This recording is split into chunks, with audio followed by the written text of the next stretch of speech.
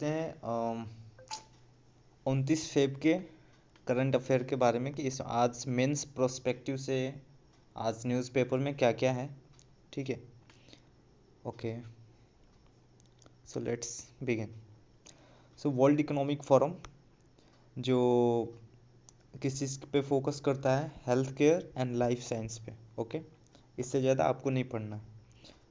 4IR, C4IR means Center for Industrial Revolution. So what we have to study for the mains perspective, you have to focus on these 4 points like mechanism, stream and water power.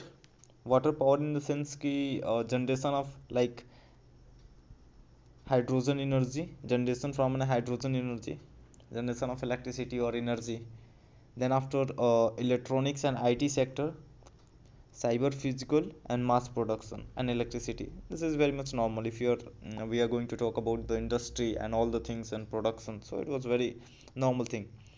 4I, so what monitoring, recording and visualizing, evidence based, health profile and clinical registration. Okay, इसमें challenges क्या क्या हैं? Fragmented and soil patent information, lack of skilled personnel.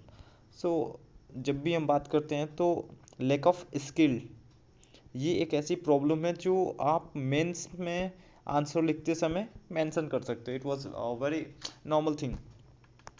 अच्छा, ये coordinate होता है by NITI Aayog. Okay, then after next we have to study about homophilic. Haemophilic क्या होता है? एक बीमारी होती है जो अगर किसी भी इंसान के बॉडी पे कोई कट पड़ जाता है, कट लग जाता है, तो एट दैट टाइम ब्लड जो ब्लीडिंग होता है ना, ब्लड जो निकलता है वो स्टॉप नहीं हो पाता है, मीन्स प्रॉपर क्लॉटिंग नहीं होती है। क्या? प्रॉपर क्लॉटिंग नहीं होती है ब्लड की। ओके, तो देखिए hemophilic is usually inherent bleeding disorder that is because of genetic problem. Okay, in which the blood does not clot properly, blood clotting रुक जाता है, stopped. Okay, ये जेनेटिक प्रॉब्लम होता है, तो इसका सॉल्यूशन है जीन थेरेपी। मतलब जो साइंटिस्ट हैं that try to use the modified gene instead of the inherent gene which is primary cause of such a hemophilic disease. Okay, तो इसमें क्या कर सकते हैं कि replacing the disease causing gene हम रिप्लेस कर सकते हैं। एक्चुअली में वो ट्राई करते हैं कि कैसे जो जीन के कारण जो ये बीमारी हो रही है होमोफीलिया, इसको हम जीन को ही रिप्लेस कर दें, जिसके कारण क्या होगा कि अगर वो जीन ही रिप्लेस हो जाएगा तो ये बीमारी फिर नहीं होगी। So first one is replacing of the gene, after that inacting और डिजीज काजिंग जीन, या तो उस जीन को हम इनएक्टिव कर दें। Okay, then after the key therapy. अच्छा, इसमें एक वर्ड है VV, viral vector gene therapy, product derive from the virus and can be use as an vector to carry the therapy. Simple, जो gene हम transplant करेंगे उसको करने के लिए हमें किसी जीन की ज़रूरत पड़ेगी। ठीक है, so for that we should have to use viral vector. Okay,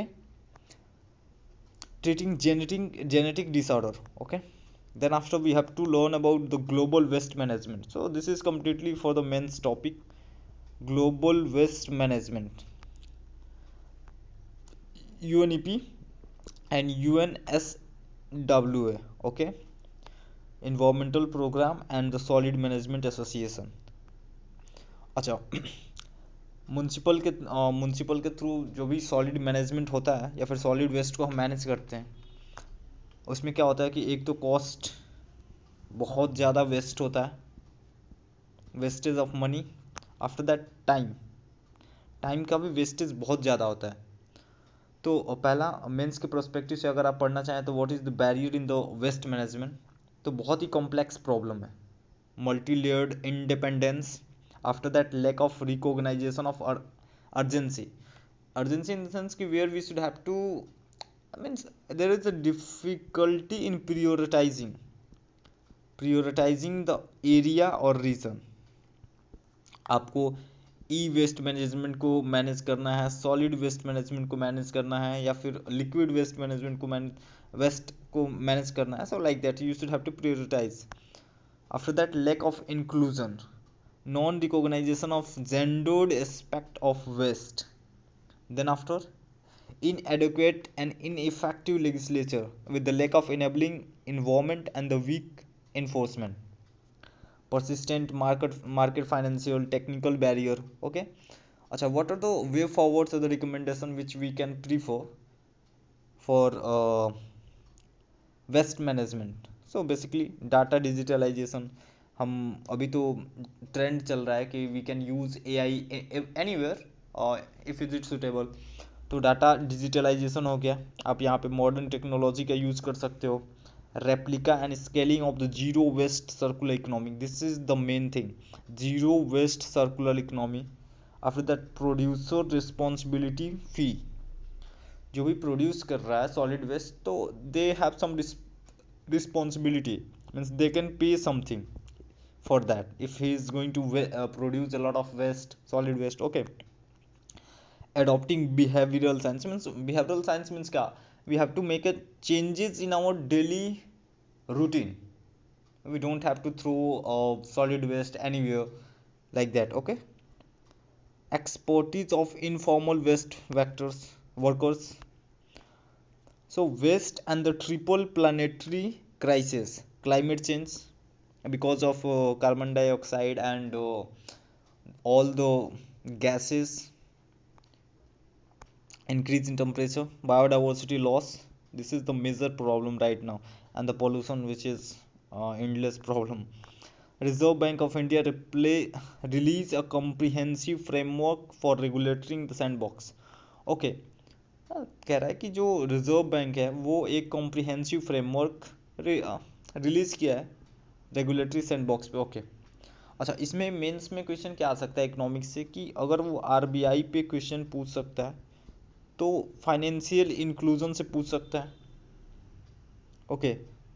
फिर पोवर्टी एलिमिनेट करने के लिए आरबीआई ने क्या क्या रोल प्ले किया है.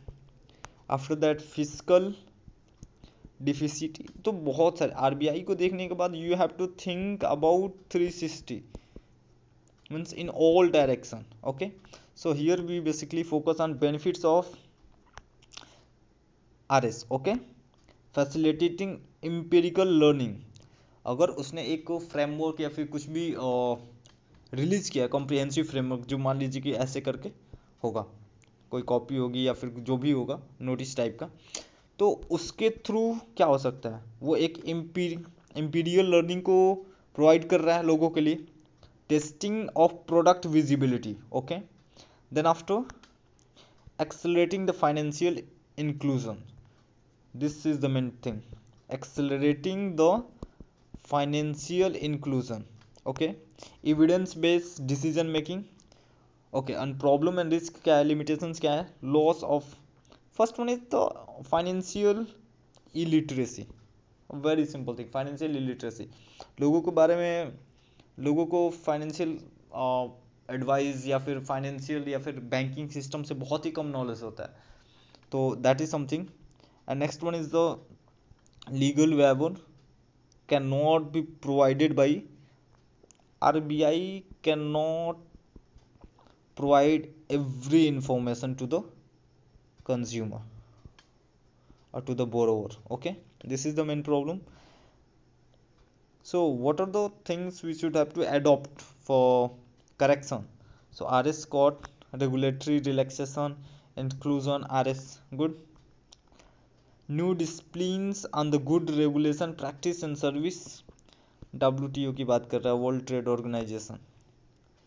General agreement trade in service. Okay, जिसको हम गेट्स बोलते हैं. फोर्स हुआ था 1995 में.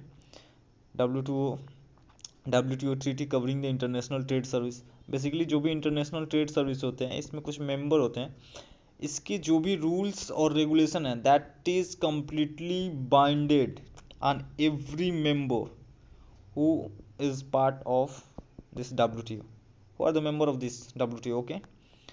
Then after, discipline aim to ensure the qualification requirement. Okay, binding only to the WTO members. Yes, to commit new discipline, developing country that adopt the discipline and delaying the application of the specific provision. This is a very simple thing, simplifying the discipline and reducing the trade cost in the service. After that, benefit to the India means what are the benefits if अच्छा benefit क्या हो सकता है कि हमें ऐसा भी हो सकता है कि फ्री ट्रेड का चांस मिले, बाइलेटरल जो ट्रेड होता है उसमें फ्री ट्रेड हो, ट्रेड रेगुलेशन हो अच्छे से।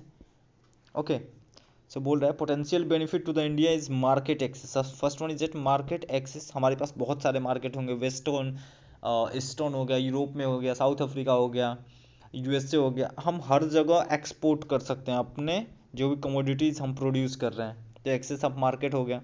Boost in the service export, boost in the service export. Competition, market में सबसे पहले जो बढ़ेगा वो कंपटीशन होगा, कंपटीशन इंक्रीज होगा। आपको भी पता है कि when competition has been increase, so we receive the best product and a very minimum cost. Okay, some of the time cost will be also increased, but quality will be enhanced completely. Conducive environment for MSME. Okay, central emergency response fund, central emergency response fund. अच्छा, UN allot किया है 100 million rupees. Okay, कोई $100 million. Critical funding gap and humanitarian emergency product. इसके लिए reason behind the funding gap, funding gap का बहुत ही simple सा concept ये है कि जो भी डेवलप्ड नेशन है वो हर समय ये प्रॉमिस तो करते हैं कि हम इतना फंडिंग देंगे या फिर इतना हम पैसा प्रोवाइड करेंगे, बट क्या होता है कि एक्चुअली वो उतना प्रोवाइड नहीं करते हैं। जैसे अभी हमने चंद्रयान 3 को लॉन्च किया, जिसके कारण ब्रिटेन में ये कमेंट किया जा रहा था कि India have more money to launch such a comprehensive and such a intellectual project satellites, so why we have to provide money to the such a developing country who is claiming for being poor or being inadequate in financial inclusion. So this is the problems which we should have to face. We have to uh, challenge ourselves that we are going to become a developed country, but instead of that we also have to focus in eliminating all the things like poverty and such a things. So critical funding gap for the humanitarian emergency product. Okay, in the case of some drought हो गया या फिर flood हो गया या फिर कोई climatic problem आ गई, जो अभी देख रहे हैं टेम्परेचर इंक्रीज हो रहा है, कुछ भी हो सकता है। सो reason behind the funding gap, जो भी फंडिंग गैप आ रहा है कि मतलब पैसा नहीं मिल पा रहा है, कमिटमेंट करने के बाद भी जो डेवलप्ड कंट्री है वो पैसा नहीं दे पा रही। सो first one is increased global conflict. Okay, अभी वॉर चल रहा है, कंप्लीटली वॉर का सीनेरियो है, जिसके कारण ये सारी प्रॉब्लम हो रही। Arise in the climatic induced nature disaster. Okay, poly crisis phenomena that is also include. measure required, what are the measure we should have to take? Improving the funding and localized improving funding को हम improve कर सकते हैं, flexibility ला सकते हैं, we can multiple direction, use the multiple direction concept, means यहाँ से भी कुछ पैसा मिले, यहाँ से भी कुछ मिले, ऐसे करके। Okay, coordination between climate and humanitarian finance. So these are the things.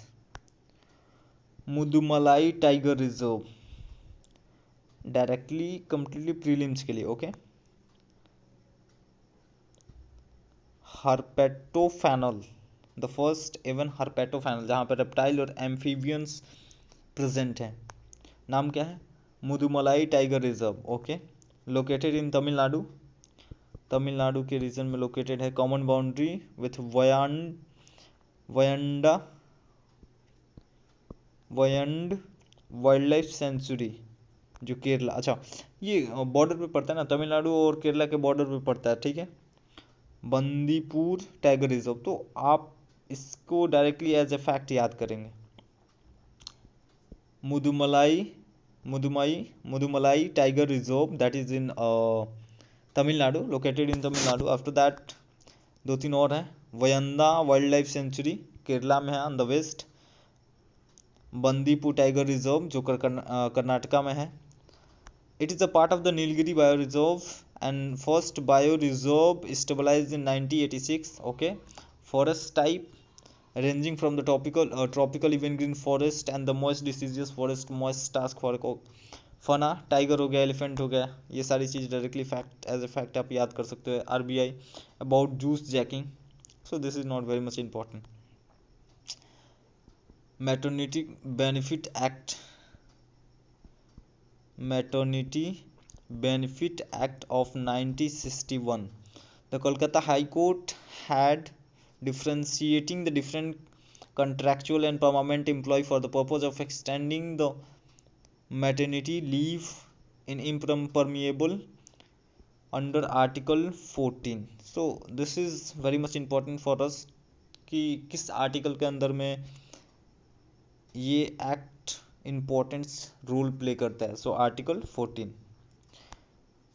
Maternity benefit act, pad maternity leave, जो मैटरनिटी लीव होता है ना, जैसे हम बार बार बात करते हैं कि वुमेंस को जैसे पीरियड्स के टाइम में उन्हें एक्स्ट्रा लीव मिलना चाहिए, तो हाई कोर्ट ने शायद ये प्रोवाइड किया है कि इस एक्ट के थ्रू उन्हें एक्स्ट्रा लीव मिल सकता है। कब? पीरियड्स के टाइम में। Okay, so expanded paid maternity leave from 12 week to 12 week से पहले था, अब उसने 26 वीक कर दिया है। Okay, stabilize with 50 and more than 50 employ. Okay, this is very much normal, so we don't have to focus here. Drafting disclosure framework on the climatic fiscal viroids, nothing else. Okay, so this is all about Harit Nauka initiative, ये आपको पता होना चाहिए। Harit Nauka initiative, prime minister in India indigenous green hydrogen fuel cell and waterway vessels, Cochin shipyard. ठीक है, ये कहाँ पे लोकेटेड है, किसके अंडर में आता है? मिनिस्ट्री ऑफ पोर्ट, एमओपी के आता है। ठीक है, सीप एंड वाटरवे, एम क्या है इसका? सेंट्रल गवर्नमेंट फोकस करता है bringing about the shift of the inland and the vessels of the green, so this is very thing normal thing. अच्छा, वर्ल्ड हेल्थ ऑर्गेनाइजेशन की बात कर लीजिए, about measles highly contagious disease caused by virus infect the respiratory tract and symptoms क्या क्या हैं? High fever, cough, MR, measles, rubella vaccine. Okay, Japan जिसकी राजधानी टोक्यो, पॉलिटिकल बैरियर्स क्या बात करते हैं? Political boundaries of east coast of Asia, sea of, oh आप प्रीलिम्स में इस चीज़ को फोकस कर सकते हो कि सी ऑफ ओकोत्स और ईस्ट सी में कहाँ लोकेटेड है, तो ये जब आप इसे देखोगे यहाँ चाइना है, इधर सी ऑफ ओकोत्स है। ओके, मतलब लोकेशन बेस्ड यहाँ से क्वेश्चन आ सकता है कंप्लीटली। ओके, मैरीटाइम बॉर्डर किसके किसके साथ शेयर करता है वो। So this is all about ring of fire, ring of fire, इसके बारे में तो मतलब everyone know about that, so you should have to focus here also. This is completely static thing, not an current affair. Current affair में आपको ये पता करना चाहिए कि अच्छा यहाँ पे चल क्या रहा है अभी, after that everything is statics. Okay, so this is all about for today current affairs. Okay, so I'm going to leave it.